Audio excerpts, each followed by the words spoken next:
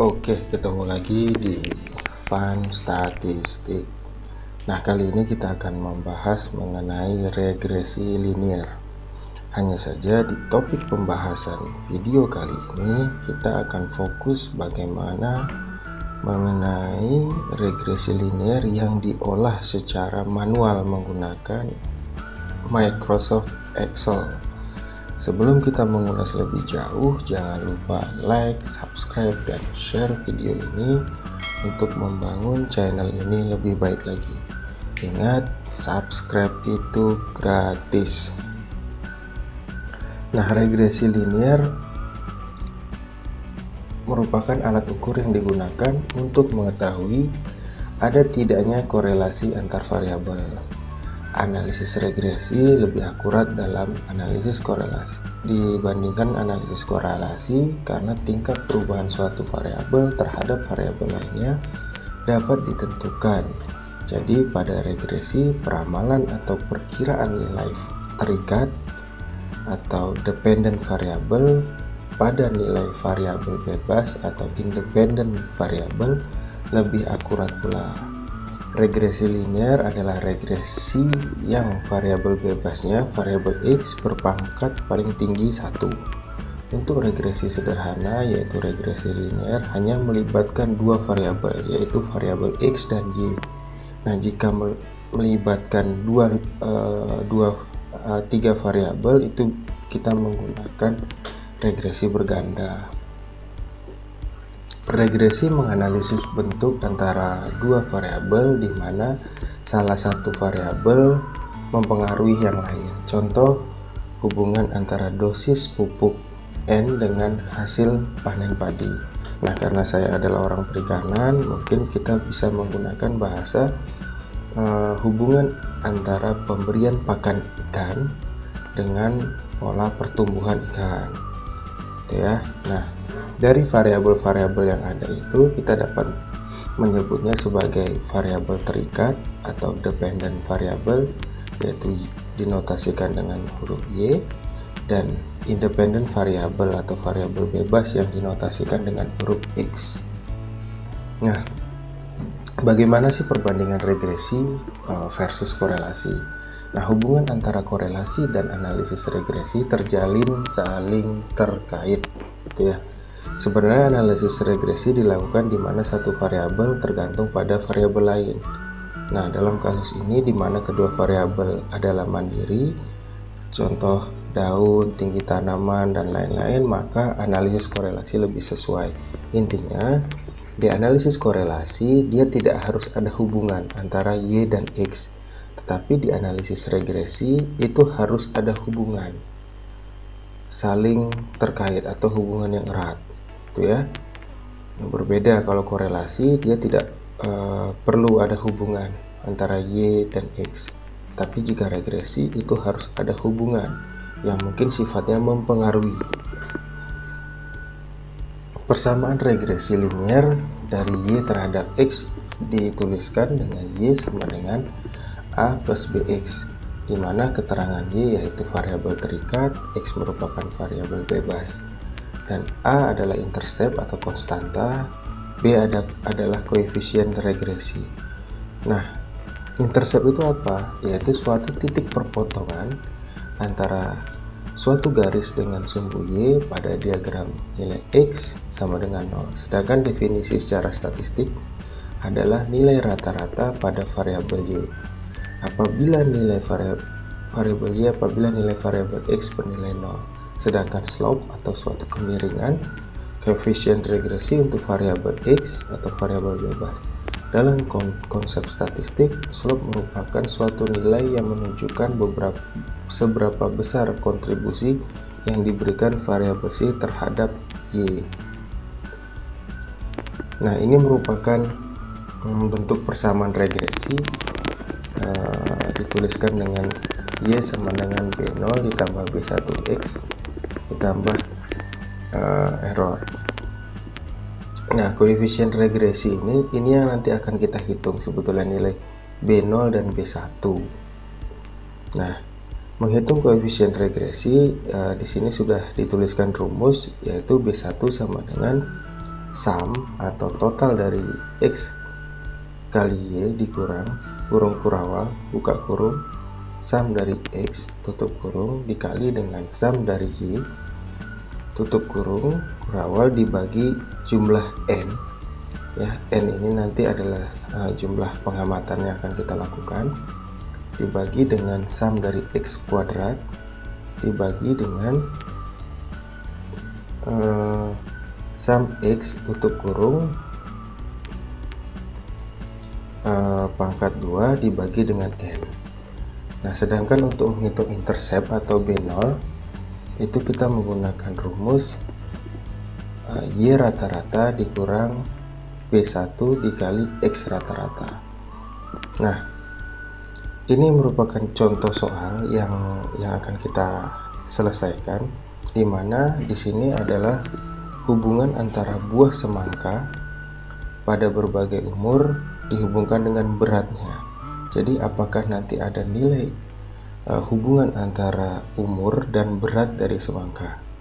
Nah, carilah persamaan regresi tabel ANOVA, berikan kesimpulan dan interpretasi data. Berdasarkan rumus tersebut dapat dibuat tabel di bawah untuk membantu perhitungan. Nah, ini adalah tabelnya, ini adalah rumusnya. Nah, kali ini kita akan menyelesaikan persamaan regresi secara manual. Untuk tabel ANOVA, kesimpulan dan interpretasi ini akan disajikan di part video selanjutnya. Nah, sebetulnya ini sudah ada rumusnya, hanya saja kita akan coba selesaikan soal ini menggunakan Excel. Nah, kali ini kita sudah menampilkan soal yang disajikan di slide PowerPoint tadi. Di sini kita sudah menjabarkan operasi untuk menyelesaikan regresi linear, menghitung nilai B1 dan B0 atau koefisien regresi dan interceptnya. Nah, di sini ada hari, di sini ada berat. Nah, kita akan menghitung hubungannya. Di sini sudah dituliskan X dan Y, ini artinya kali. Jadi rekan-rekan semua ini langsung bisa mengalihkan nilai 2 dikali dengan nilai 56, enter. Nah, setelah mendapatkan nilai ini, saya ulangi lagi di sini, 4 dikalikan dengan 72. Nah, ini langsung bisa kita tarik sebetulnya ya, seperti ini. Nah, sedangkan X di sini ini adalah X kuadrat. Nilai ini kita kuadratkan bisa menggunakan rumus sum square 2 tutup kurung enter. Saya ulangi lagi, sama dengan sum square 4 tutup kurung enter, atau menggunakan perkalian sama dengan 6 dikali 6 36. Nah, ini sebetulnya langsung bisa kita tarik, bisa seperti ini. Nah, sama juga dengan nilai Y kuadrat, ini 56 dikali 56, atau kita bisa menggunakan sum square tadi, rumus sum square di Excel.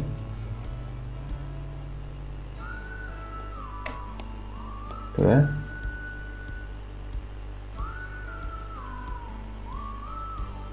sum square tutup kurung. Nah, ini bisa langsung kita tarik. Nah,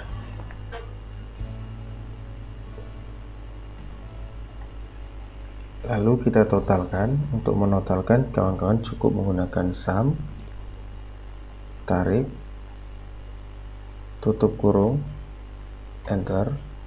Nah, ini setelah ada perhitungan seperti ini langsung bisa kita tarik nih. Jadi secara otomatis saja itu ya. Nah, untuk rata-rata, karena dari rumus yang ditampilkan di B1 dan B0 ini hanya menggunakan rata-rata dari X dan Y, maka ini saja yang kita hitung menggunakan average. Kita tarik,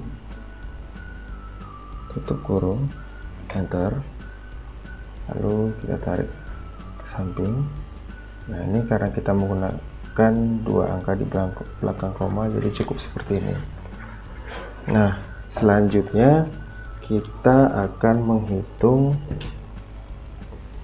nilai dari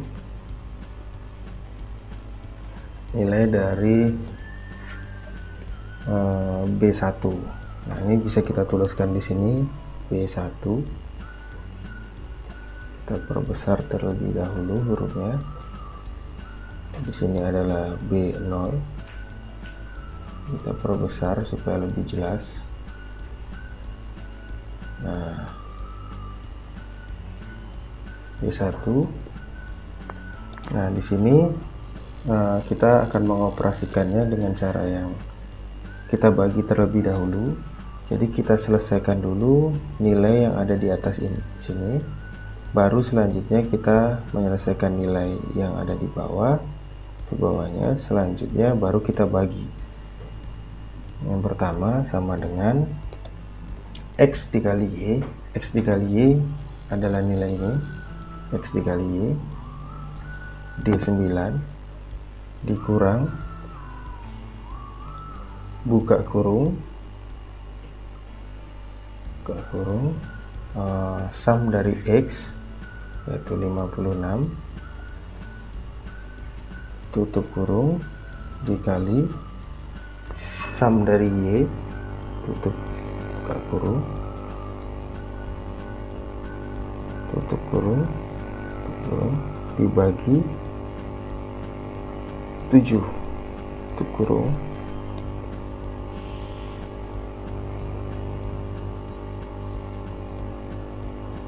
nah jadi kenapa buka kurung dan tutup kurung di sini banyak?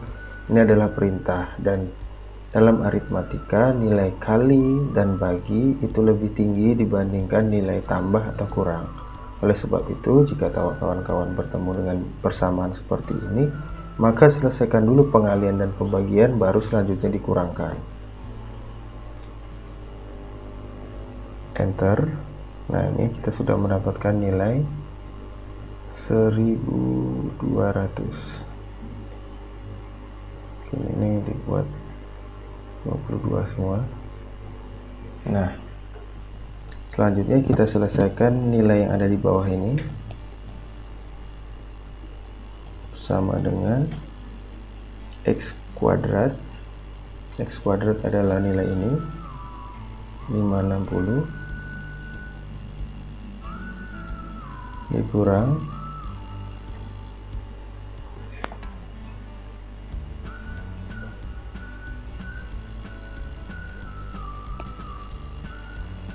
kurung 56 dikali 56, tutup kurung, dibagi oleh jumlah pengamatan 7.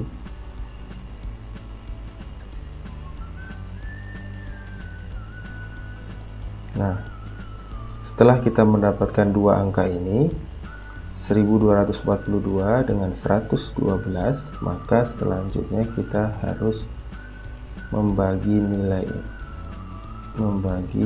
ini sama dengan 12 dibagi 112, 1242 dibagi 112. Nah, di sini nilainya adalah 11, jadi kita menggunakan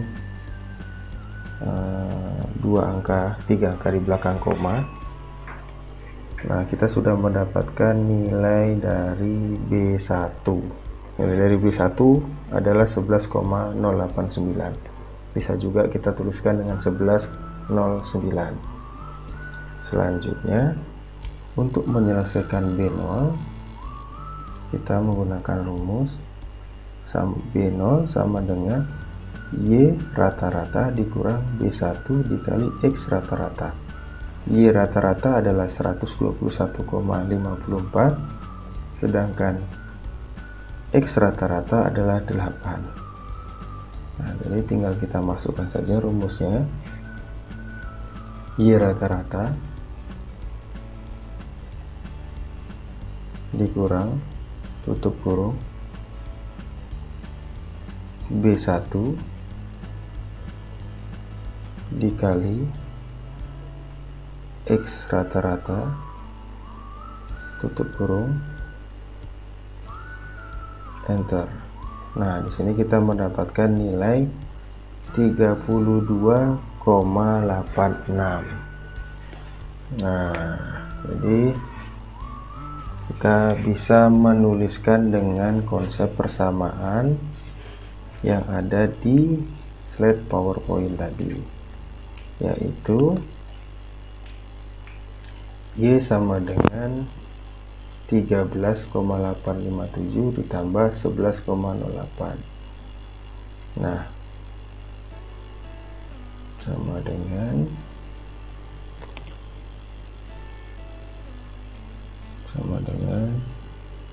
Y sama dengan